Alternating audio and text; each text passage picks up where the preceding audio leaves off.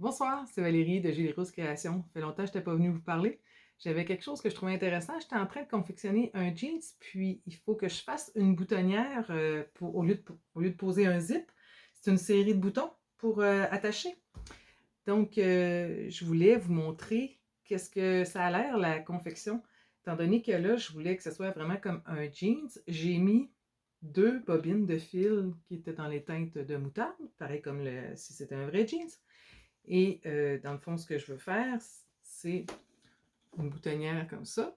C'est juste un prototype que j'ai fait pour vous savoir si ça serait beau. Donc, si vous regardez à l'endos, il y avait juste un fil. C'est le fil de la bobine qui est en dessous. Ça, c'est correct. Mais sur le dessus, regardez comment c'est plus accentué. Puis, j'ai pas besoin, dans le fond, d'avoir un fil à jeans. C'est ça qui est intéressant. Donc, j'ai mis deux fils en haut. Une ici, l'autre est juste ici.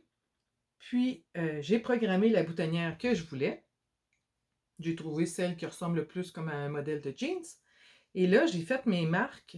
Comme là, ici, si j'avais pris celui-là, ben, j'aurais déjà tout tracé, mettons, une ligne blanche avec mon crayon qui s'efface. Je vous montre, avec un petit crayon blanc comme ça qui s'efface.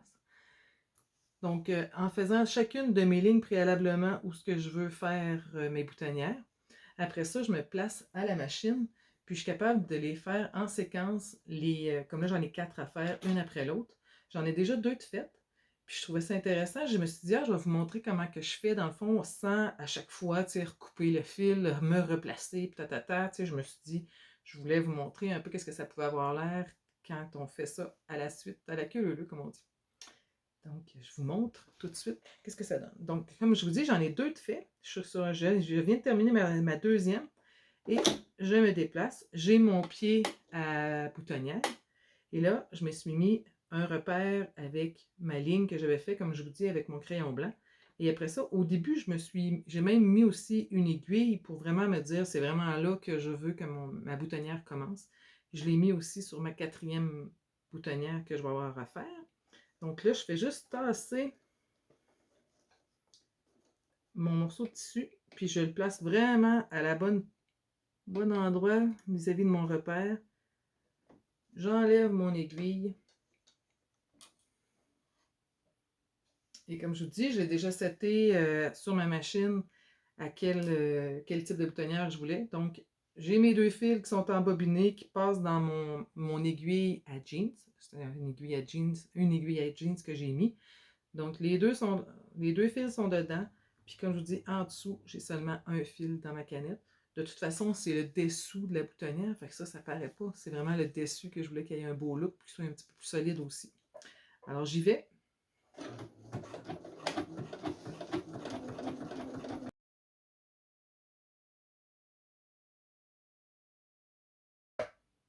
Voilà. La troisième boutonnière est faite.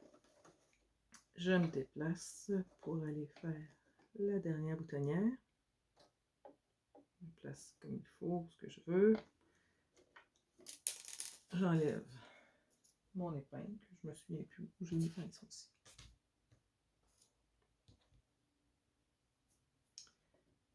Et j'y vais.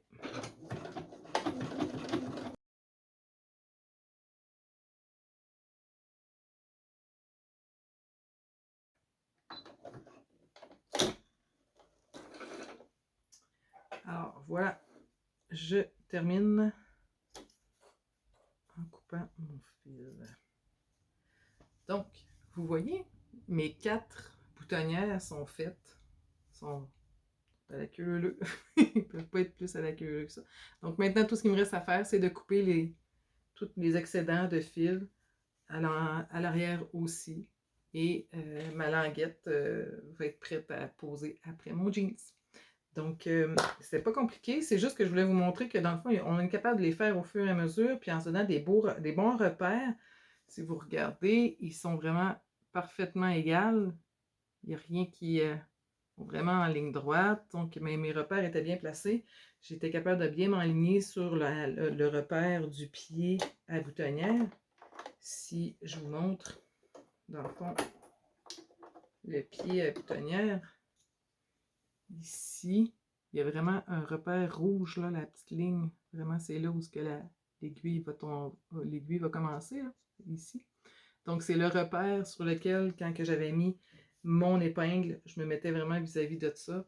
Puis, comme ça, je suis sûre de l'avoir complètement, tout bien aligné. Alors, puis pour ce qui est des différentes boutonnières, ben, ça dépend de vos machines à coudre. Moi, j'ai un modèle de machine qui me permet de faire des boutonnières automatiques. Donc, je fais juste programmer laquelle je veux et il me fait toutes les étapes la machine à coudre me fait toutes les étapes d'une boutonnière sans que j'aille à changer, à configurer quoi que ce soit. Donc, c'est ce qui me permet d'avoir une belle boutonnière comme ça. Mais dans le fond, il y a moyen de les faire, les boutonnières, de façon manuelle aussi. Peut-être un petit peu plus de travail ou un petit peu plus de pratique sur des échantillons, mais ça va finir par faire un beau résultat si on s'applique. Alors, c'est tout ce que j'avais à vous mentionner ce soir.